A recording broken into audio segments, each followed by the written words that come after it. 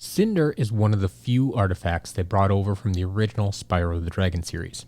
So it only makes sense that they treat her well in Skylanders too. I think it's safe to say they did a pretty good job. Welcome to another episode of Figure Focus, where I, SCL Matt, focus on the figures of one character in the Skylanders franchise. This week, Cynder. Cynder joined the Skylanders immediately in Spyro's adventure.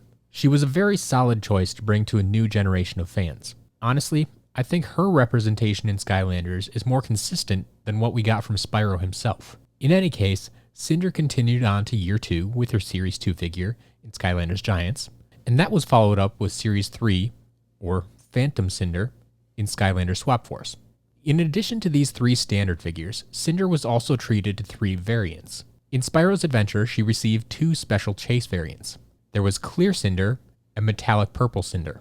Then, in Giants, we got a 3rd chase variant, Glow-in-the-Dark Cynder. So I guess the only thing really missing was an in-game variant. That would have been fun to see. Regardless, let's dive into the rarity check and see how tough it is to get your hands on this undead dragon. Series 1 Cynder runs in the middle of the pack.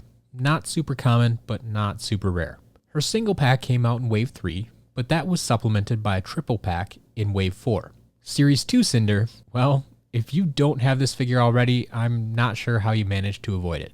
Series 2 Cynder was a starter pack figure for Skylanders Giants, and you can find this figure everywhere. In addition to the standard starter packs, Cynder was also featured in the Battlegrounds starter pack, and eventually went on to get a single pack just in case you opted to get the Portal Owners pack, which only contained T-Rex. Series 3 Cynder is just about on par with Series 1. Both a single and triple pack were released during Wave 3, so there should be plenty to go around. The glow-in-the-dark variant was exclusive to starter packs at Walmart here in the US. So, much like its standard counterpart, it wasn't hard to find, as long as you knew where to look for it, and it's still pretty prevalent today. The trick now is to find one that hasn't absorbed the colors of every other figure it's come into contact with. And now, the tough ones. The figures that will try to break your wallet and your spirit. First, I present you with Clear Cynder. Clear Cynder was only found in the single pack during Spyro's adventure. Early variants were always tough to find, but limiting it to one of 2 possible packs certainly didn't make it any easier to find. But Clear Cynder was just randomly inserted into these single packs for lucky collectors to find on the shelves. Metallic Purple Cynder, on the other hand, has a different story.